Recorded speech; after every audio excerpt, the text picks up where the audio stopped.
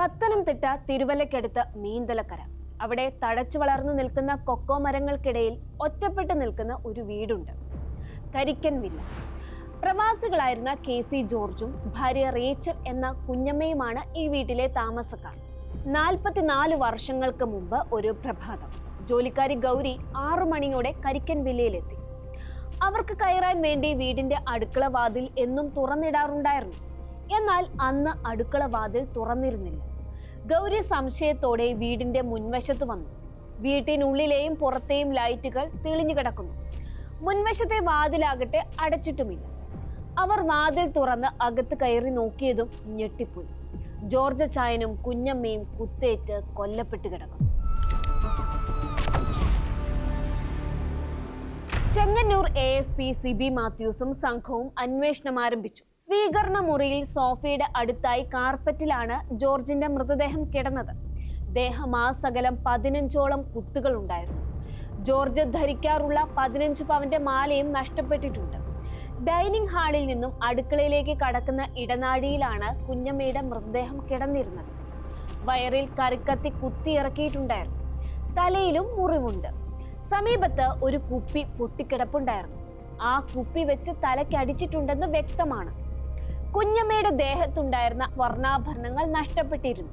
കൂടാതെ മൃതദേഹങ്ങൾക്ക് ചുറ്റും ഷൂസിന്റെ ചോര പുരണ്ട ചവിട്ടടി പാടുകളും ഉണ്ടായിരുന്നു.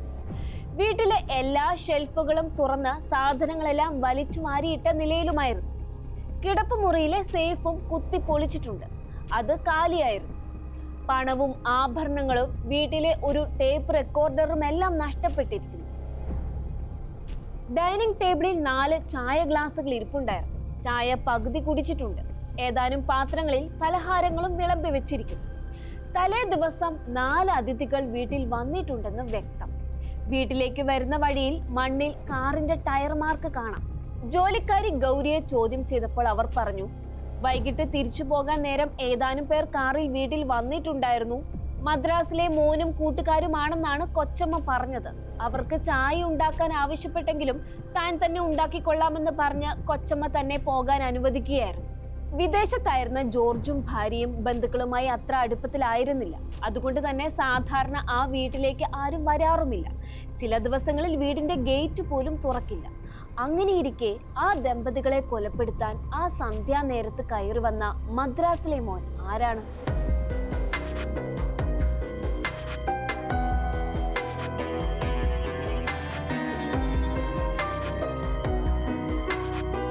രക്തം പുരണ്ട ഷൂ മാർക്കുകൾ ഒരു ലീഡായിരുന്നു. പോലീസ് ആ വഴിക്ക് അന്വേഷണം നടത്തി. ആ മാർക്കുകൾ ഏത് കമ്പനിയുടെ ഷൂവിൻ്റെതാണെന്ന് കണ്ടെത്താൻ ശ്രമിച്ചു. എന്നാൽ അന്ന് ഇന്ത്യയിൽ പ്രചാരത്തിലുണ്ടായിരുന്ന ഷൂസുകളുടെ മാർക്കുകൾ ആയിരുന്നില്ല അവ. തുടർന്നുള്ള അന്വേഷണത്തിൽ ചെറുപ്പക്കാരിൽ അപ്പോൾ ട്രെൻഡായി മാറിയിരിക്കുന്ന വില കൂടിയ ഷൂസിന്റെ മാർക്കുകളാണെന്നും അവ ഇന്ത്യക്ക് പുറത്ത് നിർമ്മിച്ചവയാണെന്നും വ്യക്തമായി. അപ്പോൾ കൊലപാതകികൾ ചെറുപ്പക്കാരാണ്. കൊലപാതകം നടത്തിയ രീതി വെച്ച് അവർ കൊട്ടേഷൻ ഗുണ്ടകളല്ലെന്നും വ്യക്തം. കാരണം വീട്ടിലെ തന്നെ കറുക്കത്തി ഉപയോഗിച്ചാണ് കുഞ്ഞമ്മയെ കൊലപ്പെടുത്തിയിരിക്കുന്നത്. പ്രൊഫഷണൽ കൊലയാളികളാണെങ്കിൽ ആയുധം കൊണ്ടുവരുമായിരുന്നു. മാത്രമല്ല അവർ ജോർജിനും കുഞ്ഞമ്മയ്ക്കും പരിചയമുള്ള ആളുകളുമാണ്. അതുകൊണ്ടാണ് അവരെ വീട്ടിനുള്ളിലേക്ക് കയറ്റി ചായയും പലഹാരവും നൽകി സൽക്കരിച്ചത്. ജോലിക്കാരി ഗൗരിയുടെ മൊഴി കൂടി പരിഗണിച്ചാൽ ജോർജിനും കുഞ്ഞമ്മയ്ക്കും പരിചയമുള്ള മദ്രാസിൽ താമസിക്കുന്ന ചെറുപ്പക്കാരനും അവന്റെ കൂട്ടുകാരുമാണ് കൊലയാളികൾ. അതിനിടയിൽ ക്രൈം സീനിൽ നിന്ന് മറ്റു ചില തെളിവുകൾ കൂടി ലഭിച്ചിരുന്നു. 1. ആഫ്രിക്കൻ വംശജനായ ഒരാളുടെ മുടിയിഴ. 2. കൊലപാതകികളിൽ ഒരാളുടെ രക്തം. ഇവയിൽ നിന്നും കൊലപാതകികളുടെ കൂട്ടത്തിൽ ഒരു ആഫ്രിക്കൻ വംശജനുണ്ടെന്നും കൃത്യത്തിനിടെ കൊലപാതകികളിൽ ആർക്കോ പരിക്കേറ്റിട്ടുണ്ടെന്നും വ്യക്തമായി. അന്വേഷണം മുന്നോട്ട് പോകുന്നതിനിടെ ജോലിക്കാരി ഗൗരിയെ ഒന്നുകൂടി ചോദ്യം ചെയ്തു. അപ്പോൾ അവർ പറഞ്ഞു, ഈ മദ്രാസിലെ മോൻ ജോർജ് അച്ചായന്റെ അകന്ന ബന്ധുവാണ്. തുടർന്ന് പത്തനംതിട്ട, കിടങ്ങന്നൂർ, മല്ലപ്പള്ളി ഭാഗങ്ങളിൽ താമസിക്കുന്ന ജോർജിന്റെ ബന്ധുക്കളോട് സംസാരിച്ച് അദ്ദേഹത്തിന്റെ കുടുംബത്തിന്റെ ഒരു ഫാമിലി ട്രീ തയ്യാറാക്കി. അതിലൂടെ ജോർജിന്റെ അമ്മയുടെ അനിയത്തിയുടെ മകൾ ഡൽഹിയിലാണെന്നും അവരുടെ മക്കളിൽ ഒരാളായ റെനി ജോർജ് മദ്രാസിലാണ് പഠിക്കുന്നതെന്നും അറിഞ്ഞു. റെനി ജോർജിനെ കുറിച്ച് അന്വേഷിച്ചു. ഹിപ്പി ജീവിത രീതി പിന്തുടരുന്ന ഇയാൾ ലഹരിക്ക് അടിമയാണെന്നും അതിനുള്ള പണത്തിനായി എന്തും ചെയ്യാൻ മടിക്കില്ലെന്നും ബോധ്യപ്പെട്ടു. ഉടനെ AK ആചാരി, കരീം എന്നീ പോലീസുകാർ മദ്രാസിലെത്തി. ഇന്നത്തെ പോലെ സൗകര്യങ്ങളൊന്നുമില്ലാതിരുന്ന അക്കാലത്ത് മദ്രാസിലെ അന്വേഷണം ദുർഘടം പിടിച്ചതായിരുന്നെങ്കിലും സിനിമാ നടന്മാരായ സോമൻ, ജനാർദ്ദനൻ എന്നിവരുടെ സഹായത്തോടെ റെനിയും കൂട്ടുകാരും താമസിക്കുന്ന സ്ഥലം പോലീസ് കണ്ടെത്തി. അർമേനിയൻ സ്ട്രീറ്റിൽ സൽക്കാര എന്ന ലോഡ്ജിലെ 108-ാം നമ്പർ മുറിയിലായിരുന്നു ഇവരുടെ താമസം. തന്ത്രപൂർവ്വം പോലീസ് ലോഡ്ജിലെത്തി. അവിടെ അപ്പോൾ റെനി ഉണ്ടായിരുന്നില്ല. പകരം അയാളുടെ ഹിപ്പി സ്നേഹിതൻ മൗറീഷ്യസ് പൗരനായ ഹസൻ ഗുലാം മുഹമ്മദ് ആയിരുന്നു ഉണ്ടായിരുന്നത്. അടുത്തിടെ തങ്ങൾ കേരളത്തിൽ പോയിരുന്നുവെന്ന് സമ്മതിച്ചതോടെ ഇയാളെ കസ്റ്റഡിയിലെടുത്ത് സുരക്ഷിത കേന്ദ്രത്തിലേക്ക് മാറ്റി. തുടർന്ന് റെനിക്കായുള്ള കാത്തിരിപ്പായി. ഒടുവിൽ റെനിയും ഗുണശേഖരൻ എന്ന മലേഷ്യൻ പൗരനും ലോഡ്ജിൽ എത്തിച്ചേർന്നതോടെ ഇരുവരെയും കയ്യോടെ പിടികൂടി. സംഘത്തിലെ 4-ാമൻ കെനിയൻ പൗരൻ കിബ്ലോ ഡാനിയലിനെ മാത്രം അന്ന് പിടികൂടാൻ കഴിഞ്ഞില്ലെങ്കിലും പിന്നീട് അറസ്റ്റ് ചെയ്തു. ക്രൈം സീനിൽ നിന്ന് ലഭിച്ച തെളിവുകളെല്ലാം റെനിക്കും കൂട്ടർക്കും എതിരായിരുന്നു. റെനിയുടെ കയ്യിൽ മുറിവിന്റെ ഡ്രസ്സിംഗ് ഉണ്ടായിരുന്നു.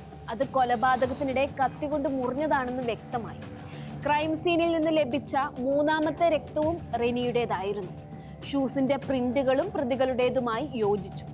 മുടിയിഴ കെനിയൻ പൗരൻ കിബ്ലോ ഡാനിയലിൻ്റെതായിരുന്നു. വീട്ടിൽ നിന്ന് മോഷ്ടിച്ച ആഭരണങ്ങളിൽ ഒരു ലോക്കറ്റ് ശാന്തിലാൽ എന്ന മാർവാടി ജ്വല്ലറിക്കാരന്റെ അടുത്ത് നിന്ന് ഉരുക്കാത്ത പരുവത്തിൽ കണ്ടെടുക്കുകയും അത് ജോലിക്കാരി ഗൗരി തിരിച്ചറിയുകയും ചെയ്തു.